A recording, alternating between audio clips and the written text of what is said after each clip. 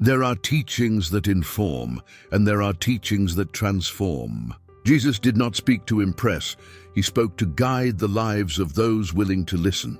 His words were not fleeting or superficial, they were deep, practical, and eternal. And today, in a world full of noise, anxiety, and mental confusion, returning to the teachings of Jesus is not religion.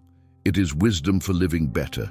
Many people know phrases from Jesus, but few understand how to apply them in daily life. Therefore, this video is not a quick list or an empty motivational message. Today, I want to walk with you through 7 teachings of Jesus that still have the power to bring clarity to the mind, firmness to the heart, and direction to decisions. No matter what stage of life you are in, tired, confused, waiting, or starting over, these teachings remain relevant. Jesus spoke of simple yet profound things: trusting, hoping, loving, persevering, obeying, resting, and maintaining faith even when the path was unclear. And each of these points was not just theory, it was a way of living.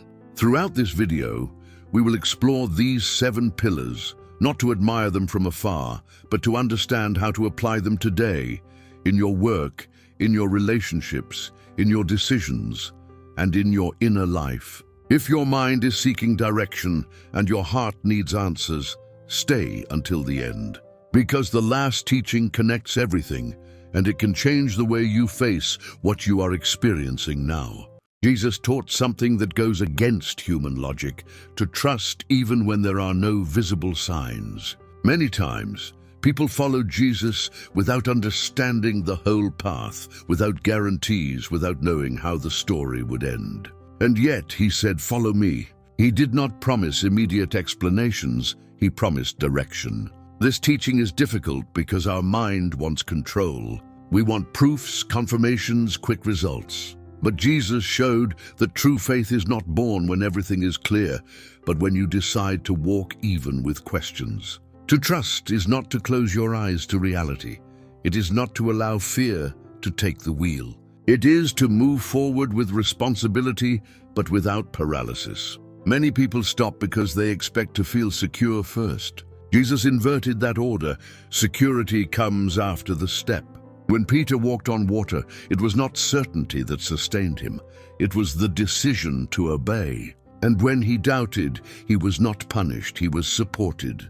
This shows us that trusting is not about being perfect. It is about being available. Bring this into your life today. How many decisions are you postponing because you want to understand everything before acting? How many opportunities are you losing because you are waiting for a sign that perhaps only appears after the movement?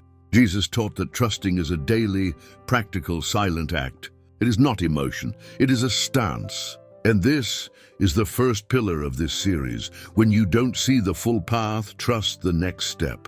Clarity does not always come first. Many times it comes as you walk. Jesus taught that waiting is not standing still.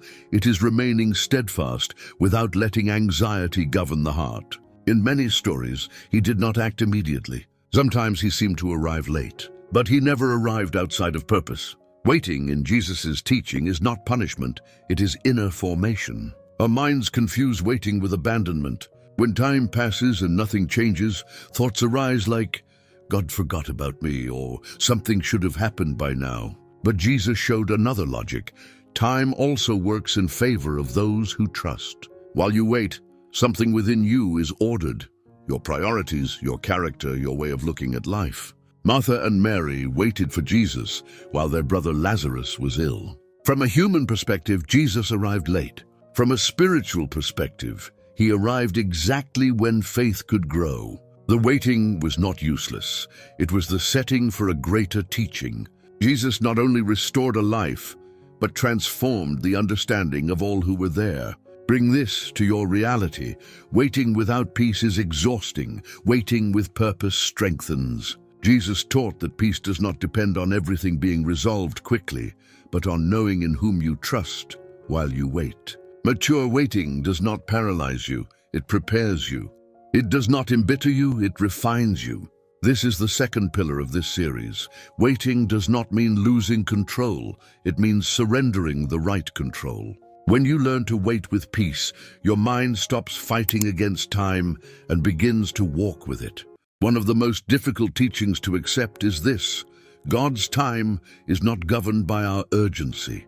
Jesus never moved under external pressure. He did not act because someone insisted louder, nor because the atmosphere was tense. He acted when the moment was right.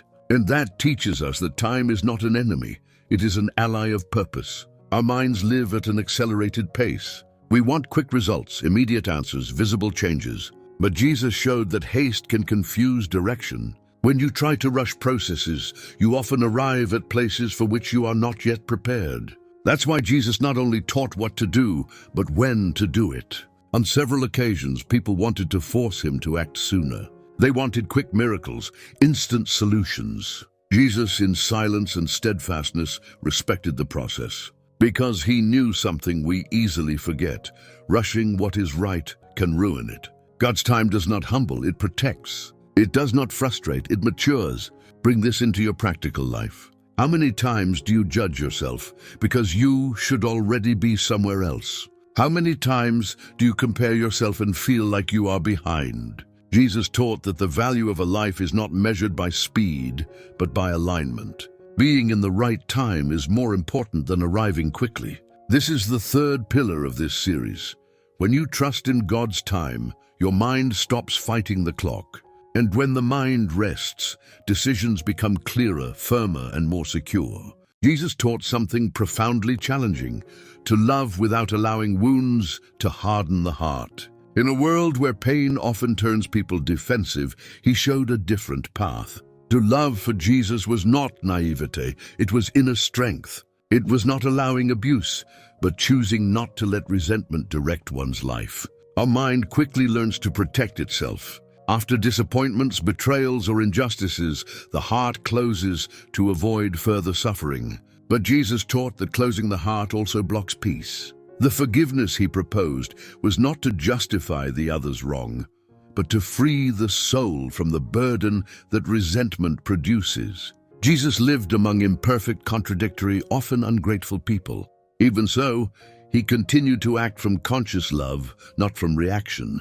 This teaches us that to love does not mean to approve everything, but not to allow the evil of another to transform your character. Mature love is not lost, it is governed. Bring this into your life today. Whom are you avoiding because they hurt you? What situation hardened your way of feeling? Jesus taught that love is not a constant emotion. It is a daily decision not to live imprisoned by the past. When you choose to love with boundaries, your mind becomes lighter and your spirit freer. This is the fourth pillar of this series. Loving does not weaken you, it orders you internally. And when the heart is ordered, the mind stops living in conflict. Jesus taught that obedience doesn't always come after understanding. Many times it comes before. He didn't ask people to comprehend every detail of the path. He asked them to trust enough to take the next step. And that directly confronts our mind, which wants complete logic before moving. The human mind seeks control. It wants guarantees, clear maps, predictable endings. But Jesus showed that waiting to understand everything can become an excuse not to move forward. To obey in his teaching is not to act blindly.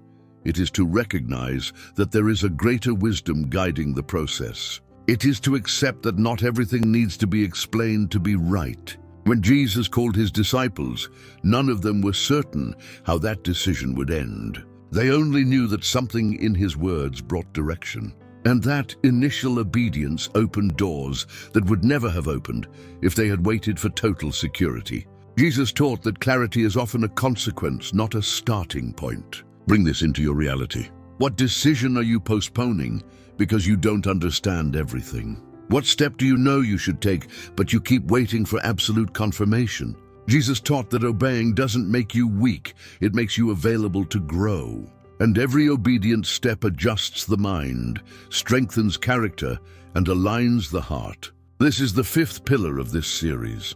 Obeying is not losing freedom, it is choosing the right direction. When you learn this, your mind stops fighting uncertainty and begins to walk with purpose. Jesus taught to remain firm without hardening the heart. There is a profound difference between strength and rigidity. Rigidity is born of fear, strength is born of conviction. Jesus did not react from harshness, but from serene firmness. He knew who he was, which is why he did not need to defend himself all the time. Our mind, when feeling attacked or misunderstood, tends to build walls. We think that being strong means not feeling, not yielding, not listening. But Jesus showed another way. True firmness does not eliminate sensitivity, it orders it. He faced criticism, injustice, and rejection without losing his essence. He did not adapt to the noise of the environment. He remained aligned with his purpose. This teaching is key for practical life. Remaining firm does not mean winning arguments, but not betraying yourself due to external pressure. It means continuing to do the right thing, even when no one applauds. Jesus taught that internal coherence is worth more than momentary approval. And that coherence is what brings lasting peace. Bring this into your daily life. In what areas are you hardening your heart to avoid suffering? Where do you confuse firmness with coldness? Jesus taught that you can be firm and human at the same time. You can say no without hatred, set boundaries without guilt, and move forward without carrying resentments. This is the sixth pillar of this series, firmness that is not born of fear, but of inner clarity. When you learn to remain this way, your mind stabilizes and your decisions become more secure. Jesus taught something many ignore. Resting is also an act of faith. In a world that glorifies haste, constant effort, and extreme self-demand, he showed that rest is not weakness, it is trust. Resting does not mean abandoning responsibilities. It means releasing the burden of wanting to control everything. Jesus knew when to move forward and when to stop, because he understood that the soul also needs rest to remain clear. Many minds today are tired, not from working too much, but from thinking too much, from anticipating scenarios, from carrying worries that do not belong to them. Jesus taught that not everything is solved with more force. Some things are ordered when you decide to trust and rest. True rest is not just physical, it is mental and spiritual. It is knowing that you did your part and that God continues to work even when you stop.